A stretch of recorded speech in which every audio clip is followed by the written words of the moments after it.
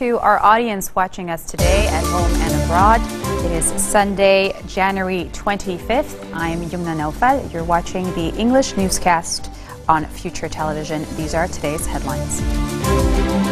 Lebanon holds funerals for the servicemen that fell amidst clashes with militants in Ras Al-Balbak. Saudi ambassador to Lebanon receives condolences from the hundreds of people at the Mohammed Al-Amin Mosque in downtown Beirut after the death of the Saudi King Abdullah. An Islamist protester is killed in clashes with police in Egypt's second city of Alexandria as the country marks the anniversary of its 2011 uprising. The army discovered 3 more bodies today of soldiers killed during intense fighting with jihadi militants the day before, bringing its death toll to 8 now. Funeral services were held for the fallen earlier this morning, and more than 40 militants were also discovered in the rugged outskirts of Ras Al-Balbak, most of whom were killed in army airstrikes on a vehicle convoy. The army fought for more than 16 hours on Friday, using heavy artillery and helicopter gunships to ward off a surprise attack by militants who briefly overran the Talat al-Hamra military post in an early morning ambush. Friday's clashes were the army's deadliest since a 4-day battle with militants in Tripoli and other parts of the north in October, which killed around 11 soldiers, 8 civilians, and 23 gunmen. You're watching the funeral on the TV screen at the moment.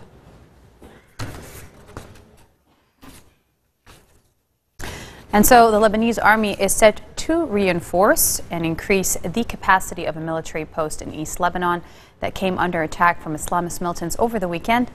The army released a statement, said in Talat al-Hamra near the town of Ras Al-Balbak. It will be strengthened with reinforcements from both the army and the military's airborne regiment. The post, which can observe greater than 2 kilometers deep into the Ras Al-Balbak outskirts, will become a strategic area used to monitor the movements of militants entrenched in Lebanon's rugged outskirts bordering Syria. The increased military presence at the post comes after militants briefly overran the Talat al-Hamra post in an early morning ambush on Friday. Hezbollah deputy leader Sheikh Naim Qasim is stressing that the Israeli airstrike in Syria's Quneitra is a direct assault against the party. He said there are huge similarities between the Israelis and the Takfiri groups. There was a popular rally to mourn the party fighters who were killed in the raid last week, and at the event, the Hezbollah official revealed that information obtained by the party indicates that the assault on the convoy is direct and target Hezbollah. It's an Israeli attempt to establish a new formula in the conflict with the Jewish state, which is responsible for the crisis in Syria, Qasim noted. He also added that Hezbollah contributed in thwarting a project set establishing a new Middle East. The high-ranking official said that the Israeli aggression led to a series of results at the forefront, the popular support of Hezbollah. The U.S. Embassy in Beirut is issuing a security message over the weekend. It warned its citizens against traveling to Lebanon. According to the embassy's information officer, Jalaluddin Qassem, the statement sent to U.S. citizens over the weekend stemmed from recent reports of alleged targets by suicide bombers in Lebanon. The information officer clarified that the message was not to be considered a travel advisory, but instead a security warning. Saudi Arabia's policy towards Lebanon will not change under King Salman. The Saudi Arabian ambassador to Lebanon, Ali Awad Asiri, said Saudi Arabian policy towards Lebanon will not change and support will continue with the new rule, Asiri said in a radio interview. The ambassador said that the late King Abdullah had sensed a threat to Lebanon and believed that only its people and its army could preserve the country. This belief led him to pledge $3 billion to the Lebanese army that, when implanted, would make it one of the strongest armies in the region. Saudi Arabia and France signed the $3 billion grant last November, aimed at further equipping the Lebanese army for its fight with jihadis in the north and along its border with Syria.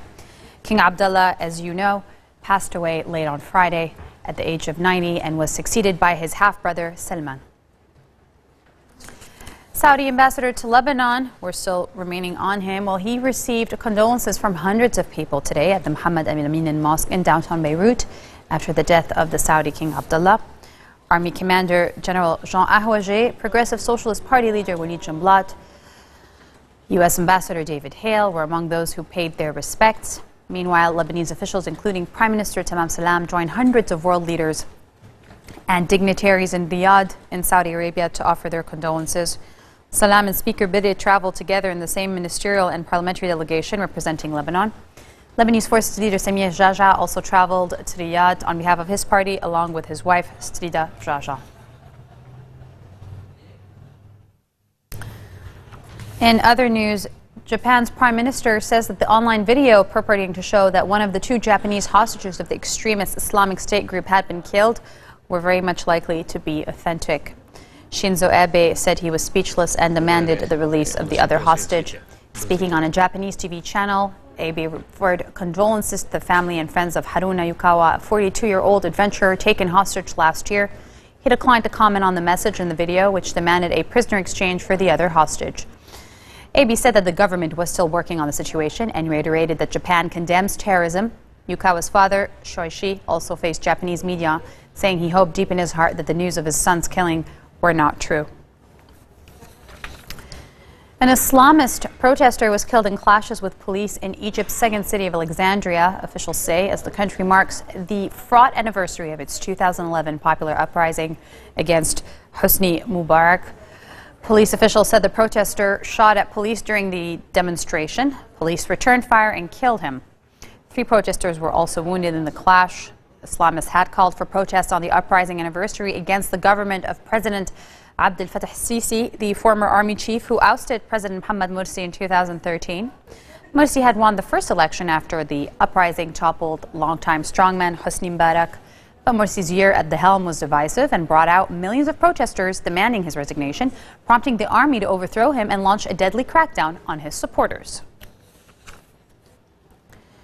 And at least 9 people have been killed and many others wounded in clashes that erupted between Houthi fighters and tribesmen in the village just north of Rad'a city in central Yemen.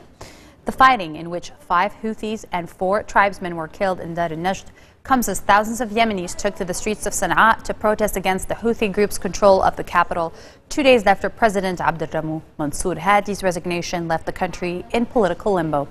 The demonstration on Saturday comes as regions in the formerly independent south step up their defiance after the Shia Houthi fighters, who hail from Yemen's northern highlands, tightened their grip on Sana'a. Witnesses said up to 10,000 people marched from Sana'a University towards Hadi's home and back, repeating chants denouncing both the Houthi group and the predominantly Sunni Al-Qaeda.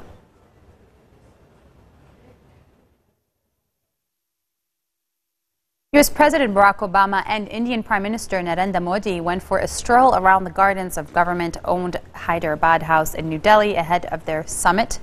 The 2 leaders walked and talked together in the elegant gardens of Hyderabad House and sat outside over tea. Modi, who sold tea on a railway platform as a child, poured a cup for Obama, who arrived in the country earlier in the day. Both sides hope the talks will establish an enduring strategic partnership. Indian media reported that negotiators had broken an impasse that has long stood in the way of civil nuclear trade and was one of the major irritants in bilateral tries. They ironed out differences over the liability of suppliers to India in the event of a nuclear accident, and the United States dropped a demand to be able to track the whereabouts of material supplied to the country. At least 27 people have been killed after heavy rockets fell on residential districts of Ukraine's strategic government-held port of Mariupol in the wake of Russian-backed rebels' rejection of peace talks. Reports say a rebel leader told Donetsk city residents that the battle for Mariupol has begun, effectively claiming responsibility for the earlier attack. Mariupol has seen little fighting so far, but is of strategic importance. If separatists capture the city, it would give them ready access to the sea. In a statement, U.S. Secretary of State John Kerry condemned the horrific assault by Russia-backed separatists. He blamed the attack on Russia's irresponsible and dangerous decision to resupply them in recent weeks with hundreds of new pieces of advanced weaponry, in addition to continuing operational command and control. Moving on to Greece, well, they voted today in an early general elections that could alter the country of the course struggle with crippling debts. The radical left Syriza party is poised to win by a promising majority. It's promising to rewrite the terms of Greece's international bailout. Syriza's leader Alexis Tsipras said the future of Greece was not to follow a path of austerity. The Syriza party has remained firmly ahead of conservative Prime Minister Antonis Samaras' New Democracy Party in opinion polls throughout the election campaign. But those polls also have shown that a significant portion of voters remain undecided until the last minute. Syriza has promised to renegotiate the country's 240, that's about 270 billion euro, translated into 270 billion US dollars international bailout deal. It has also pledged to reverse many reforms. International creditors demand an exchange for keeping Greece financially afloat since 2010. Pope Francis emphasized the need for different religions to listen to each other in order to better understand one another. The Pope addressed participants after a meeting of the Pontifical Institute of Arab and Islamic Studies. He singled out Islam as a religion that those of other religion beliefs must come to understand, but said he believes progress had been made in this area. He said, quote, "In recent years, despite some misunderstandings and difficulties, there have been advances in interreligious dialogue, including with the faithful of Islam. For this, it is essential to practice the exercise of listening. It is not only a necessary condition in a process of mutual understanding and peaceful coexistence." The Pope has frequently denounced killings and persecution, particularly of Christians, perpetrated by Islamic fighters purporting to act in the name of religion. And if you're watching or following The Voice, French Voice, Season 4, well, prominent Lebanese singer Hiba Tawaji's dazzling debut yesterday night on the French version granted her a standing ovation from all 4 judges who showered the performer with praise. Tawaji, who shot to fame after collaborating with renowned composer Oussama Rahbani, linked to Fayrouz. She collaborated with him back in 2007. She hushed the crowd after starting her audition with a sultry performance of Michel Legrand, Les Moulins de Mon Cœur. She is widely known in this country for her sultry voice and has 3 albums produced by Rahbani. The most recent one was released in 2014, titled Ya Habibi. She surfaced in 2007 when she collaborated with him on several shows and musicals. Take a look.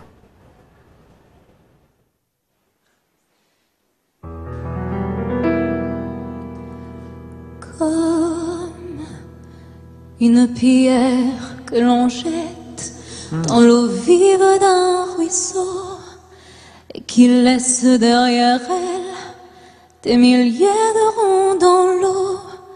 لا بداية ولا نهاية والوقت صار قريب مثل النور بيقطع لحظة بتلمع وبتغيب يا صفير السهل الجاي تبشر بشتيت الشيرين وجوه أسامي ببالك حدا يذكرني لمين دنيا حلقة وعم بتدور والقمر بالسما يدور انت حولي وانا حولك في شي جاذبنا ومندور الصيف انتهى ما قلتلك شي بيزعل ليش زعلان العشاق بتبقى زمان على الموج وعالشماع سامع مثلي صوت الجرس مدري بقوتيان عم ينده لحدا ضايع يده يدلو عالإيمان أطرح صبيعك عكتفي عم يحرقني من أيام يمكن لو تبسلي المطرح تهدى أوجاعي وبتنام صيف السر انت بسرعة واحمرت أحراش الغار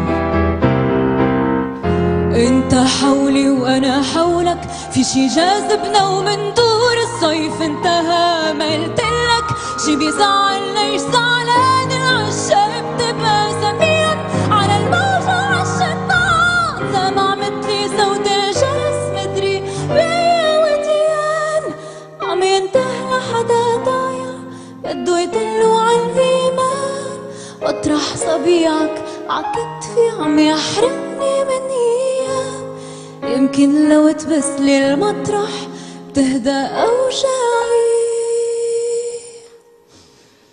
وبتنام صيف السنين تاب بسرعة واحمرت أحراش الغار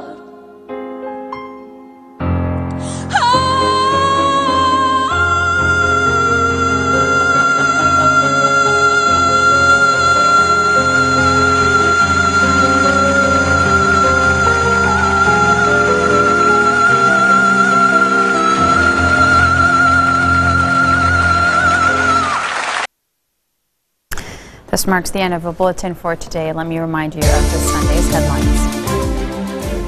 Lebanon holds funerals for the servicemen that fell amidst clashes with militants in Ras Baalbek.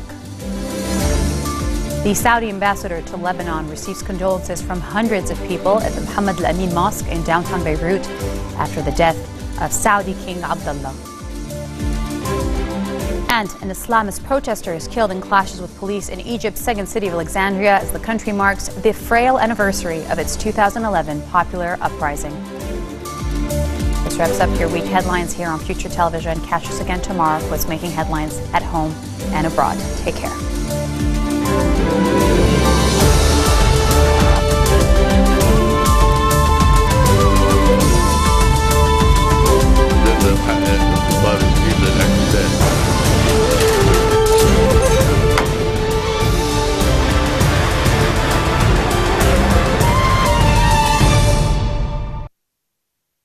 ولد الملك